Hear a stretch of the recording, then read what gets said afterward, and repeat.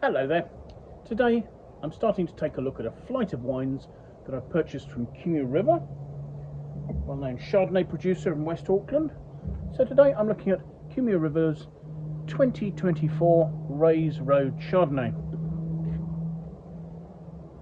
Now, the Brackovich family have been running a winery in Kumeu, originally called San Marino, now Kumeu River, since 1943. When Mick and Kate Brackovich purchased the land in Kumeu, having come to New Zealand slightly before the Second World War, as one of the sort of slightly later wave of immigrants from the Dalmatian coast who did so much to form the modern New Zealand wine industry. Now, Rays Road stands out from the rest of the Kumeu River range in the fact that it doesn't actually come from the area of Kumeu, which is about 27 kilometres from the centre of Auckland in West Auckland. This actually comes from Hawkesbay, and within the Hawkesbay region, it's from quite an inland region. If you go back to 1990, that was a stage at which Matty Brackovich decided to take the family business in a direction of producing quality Chardonnays. And the family quite quickly made a reputation first for its estate wine, and then for some wines that it made from single vineyards that they'd picked out that were exceptional. So soon afterwards we saw Coddington, Hunting Hill and Matty's Vineyard. Rays Road is a more recent development. It was a vineyard that was originally set up as a joint venture between Trinity Hill, a Hawkesbay producer, and Pascal Jolivet, a Frenchman from the Sancerre region. And in 2008, a 30-hectare vineyard was set up on a site in Rays Road. The road can be found if you head inland from the Bridge Par Triangle. The vineyard was purchased in 2017 by Kumeu River. There's been a removal of a large amount of Sauvignon Blanc, and also they've been planting new Dijon clones of Chardonnay there. The original clone of Chardonnay planted was clone 95, but what have more recently been introduced are modern Burgundy clones, clone 15 and clone 548. And the reasoning behind this is the idea that these clones will give us a deeper, richer expression of the terroir than clone 95. Another immediate change that was implemented was the removal of the irrigation system and the complete adoption of dry farming for the vineyard. Something that's going to give an increased concentration of fruit, although will result in lower yields. So not only is the vineyard further inland, it's also at a higher altitude. So this is about 180 metres above sea level. The vineyard is described as a limestone hillside, and this is part of a limestone outcrop that runs quite a long way up the coast of New Zealand in this area. The vineyard has a northerly aspect, which of course here in the southern hemisphere is facing the sun. The fact this is a completely different soil type to the heavy clays that are found in Kumeu and much of West Auckland will help make this a completely different expression of the winemaking styles that the Brackovich family use. Now, 2024 was an excellent vintage, coming after a really challenging vintage in 2023. I don't know if anybody saw any of the videos I did for that for Wine Searcher.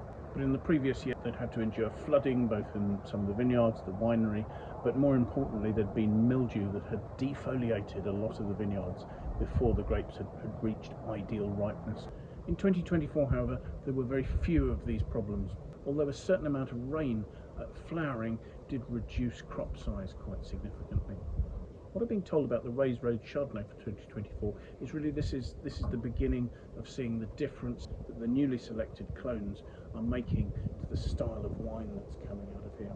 Given the fact that the vineyard was only purchased by the Brackoviches in 2017, these will still be quite young vines, and therefore any development potential we're seeing now is likely to continue expressing itself. One of the challenges for 2024 was the fact that actually ripening in the vineyards both in Hawkesbay and in Kumeu were pretty much in parallel, which meant that they had to process both lots of fruit at the winery at about the same time. So that gave quite an intense period as far as pressing and the initiation of fermentation went on. So the fruit here at Rays Road was all hand-picked, was trucked up to Kumeu, cool of the evening, for processing in the winery there. All the wines here were whole bunch pressed. The advantage of that is it gives you quite clean juice. Although my understanding is that Kumeu River quite like to ferment with quite a lot of solids in the fermentation, so as to give plenty of richness and flavour in the final wine. Fermentation went on entirely with the natural yeasts that had come in on the fruit.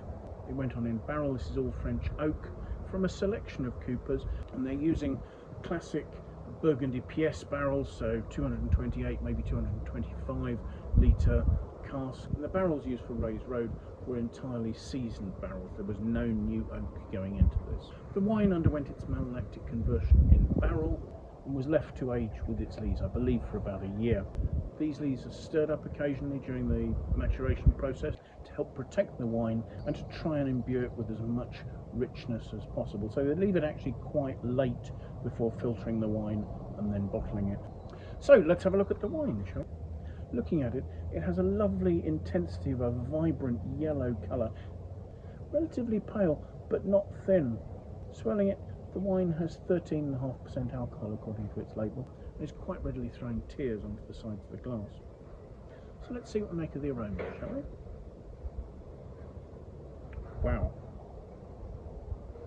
There is a lovely precision there. There's a beautiful, rich, immediate tropical fruit, sort of peach, maybe touches of mango, very vividly so. But alongside that, there's a well-defined minerality, possibly even a touch of salinity. And then, beautifully married in with all that, there is a creaminess coming from the yeast lees. It's helping to give a roundness. And there's almost a sort of a counterpointing of the sort of citric notes and some lovely clean dairy notes. So that's for taste, shall we?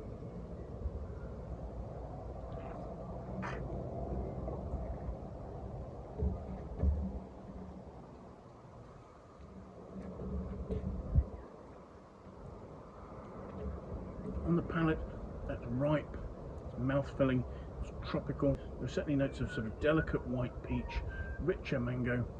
I'd almost see some banana notes. Normally when I'm talking about banana in relation to a wine like this, I'm talking about high-toned estery notes on the Aromas. This is rich, concentrated, ripe fruit right in the middle of the palate.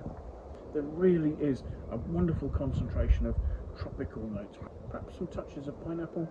And sitting behind that, there's an impression of a hint of ginger. Possibly that just is the concentration. There's quite a texture to the wine, there's a firmness. There are some slightly drying tannins in there.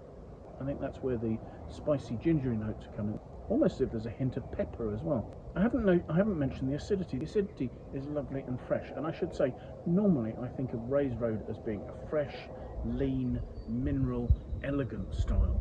For this vintage, the fruit has really opened up, and the acidity, although it's present, it's giving lovely length to the back palate and helping to define all those beautiful vivid flavours I'm talking about, is actually sitting behind this lovely ripe tropical fruit, helping support it through a good long finish, where again some of those mineral notes are showing.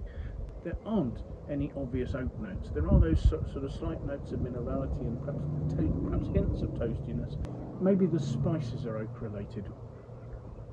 There's nothing that stands out for this as being a big, rich, barrel-fermented Chardonnay. Rather, it sits beautifully harmoniously together behind its very forward tropical fruit. I really think this is a departure for Rays Road, and having tasted the whole selection last weekend, for me, amongst a selection of truly excellent Chardonnays, this was a wine that stood out as being the most amazing value for money and the wine that had perhaps moved forward most in the selection. I looked at the Wine Searcher aggregated critic score for this wine, and there's no score as yet for the 24s. They were only released last week, but overall for all vintages, Rays Road Chardonnay has an average rating of 91 out of 100. Now I would say that this has exceeded that substantially. This is a wine that I would probably rate it as 93 or a 94. I would think it's probably a wine that's very happy to age for at least 5 years, and almost certainly longer than that, given its structure and the fact that it's got such good acidity to support it. But it's beautifully balanced and it's showing really nicely now. I'm certainly not going to suggest it's the top wine of their lineup. I think in terms of value for money, this was the wine from their selection for the 2024s that for me excelled on the day.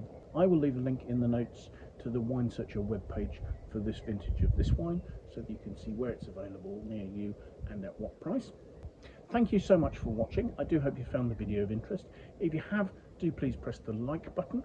If you'd like to watch more of these videos, particularly the next 4 videos that I will do of the Kumeu River 2024 Chardonnays, do please subscribe to my YouTube channel, and that way also you can set yourself an alert and you can be notified every time I release a new video. If you have any comments, please pop those in the comments box below. I'd love to know what you think about the wines I'm tasting, the wines of Kumeu River, and any of the other New Zealand wines that you love. If you have any friends you think might like to watch the video, do please feel free to pass it on to them. That would be fantastic. So thank you again for joining me, and I do hope you'll manage to make some time. Come and join me again for another tasting in the very near future. Till then, bye for now.